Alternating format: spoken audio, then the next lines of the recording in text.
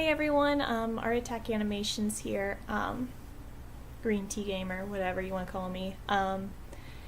So today, I just got done watching a Fine Brothers production of teens react to drunk driving, and I want to say I applaud the Fine Bros for bringing up such a heavy topic. I've been reading through the comments, and like a lot of the comments are very supportive of those who don't drink. They're proud that teens are starting to think straight and not drink and drive and all that stuff. But there's some that are like calling teens that don't drink pussies and wimps, and saying that it's sad that they can't drink at the age of 16 or 18 in America or whatever. And I just kind of want to put my input in there. One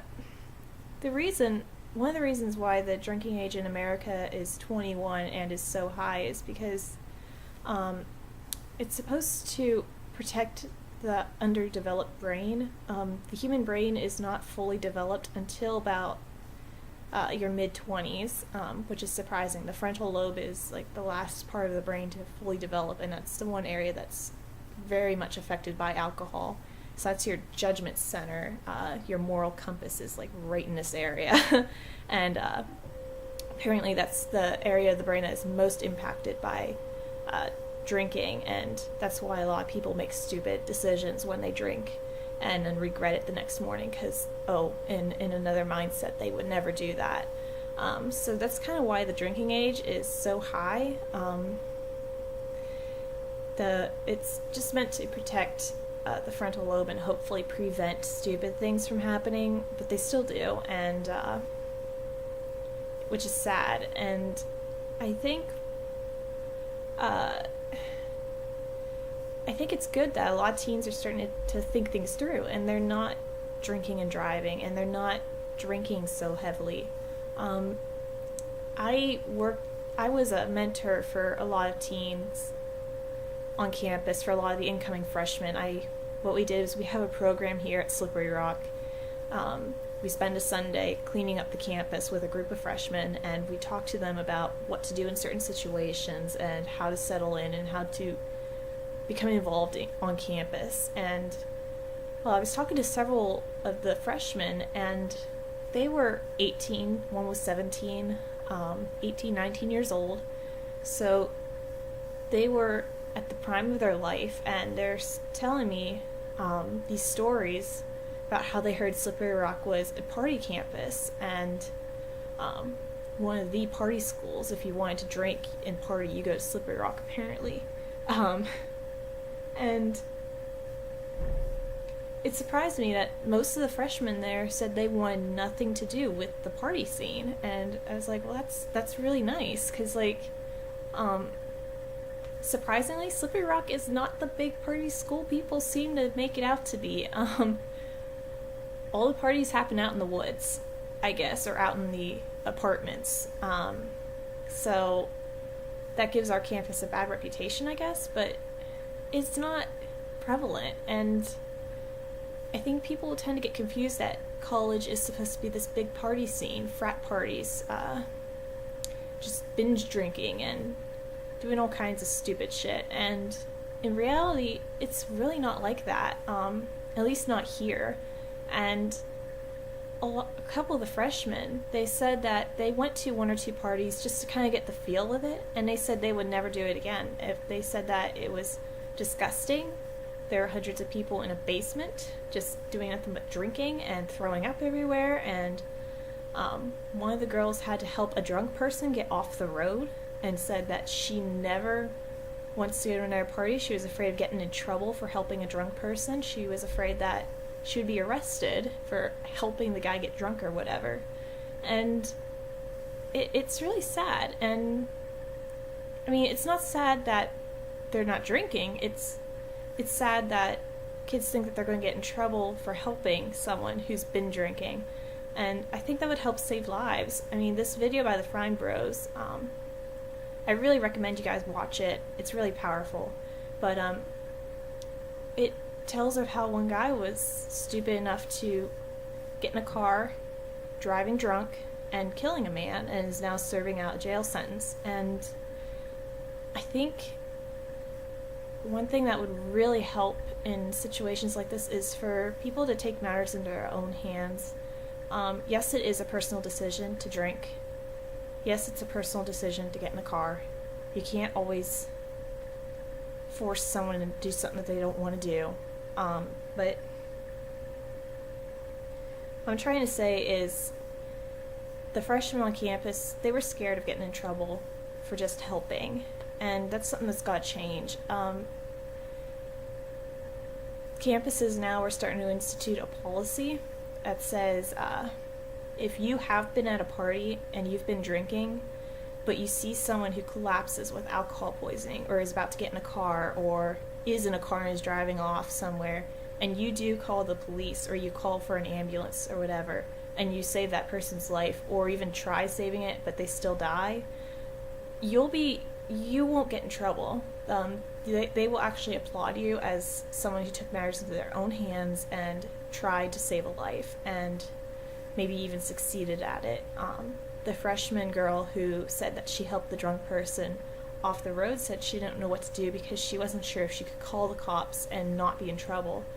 Well, she would never have been in trouble. She would have saved his life. She probably did. He probably could have gotten hit by a car. He could have fallen over somewhere with alcohol poisoning. But she helped him in his situation, and he's alive today because of her. And I applaud her for that. Too many people think they're going to get in trouble for helping, and I think that's one way that we can avoid situations like this where people are dying from drink driving. Is I know the drunk driver shouldn't be driving in the first place. He probably shouldn't even be drunk in the first place. I mean, if you're stupid enough to get drunk, then I don't see what the fun is in that. I really don't see the fun in it. But if people would offer, hey, I can drive you home. I'm not drunk. I'm sober. I can drive you home. Or give me a call. I will come pick you up. Or parents, open up it to your children. If your children have been out partying when they shouldn't be and they call you, they should feel free to call you. They should feel able to call you in any situation. Answer your phones kindly. Answer their request kindly. And then deal with it when they come home. Go pick them up. You should never make your teen children suffer such heavy consequences for something that they didn't really think through. I understand teens have to learn, but they shouldn't have to kill somebody to figure that out. Parents need to be supportive of their teens. I know that if I had been out drinking and couldn't get home and my only choice was to drive, I know I could call my parents and say, hey, I know I made a mistake. I need you to come pick me up. Can you bring me home? And we'll talk about it when I'm sober and this is done. Okay? And I know my parents, they would be mad. I'd probably be grounded for a couple of months, but I know that they wouldn't overreact in that instant. I know that my dad would come and get me, and my mom would be the one who'd be upset, but she would deal with it, and she would help me get through that situation and help me learn the lesson without having to take someone's life. And I wish more parents would do that. Sadly, there's a lot of parents who really scare their children, and their children just don't feel like they can communicate with their parents and say, hey, I screwed up, I need help. So, I mean, with this video, Fine Bros, I applaud you. You really touched a heavy subject, and I really recommend everyone to watch this video. I started crying when the one teen was crying, and I don't know, it's so moving, and I just want to say, don't drink and drive in the first place. If you do drink, please try to keep a straight head on, and try to think things through. Know that not every college student, not every teen drinks. It was a shocking factor to me when I first came to college that a lot of the college kids just didn't drink. A lot of them were over 21. They just didn't do it. They didn't see the fun in it. And I think that's part of the problem is we're all pressured into doing it because we think everyone else does it, but they really don't. It's only a small majority of those kids that actually do drink. And so keep that in mind. All you incoming freshmen this year to college, don't drink. Please don't. There's a lot of other things to do with your time. You could go out with friends but not drink. Please help those who have been drinking, who are passed out from alcohol poisoning, who are sick, who are about to start driving off or have already driven off. Call the cops. Save their life. Save someone else's life. You won't be punished for that even if you have been drinking. You won't be punished.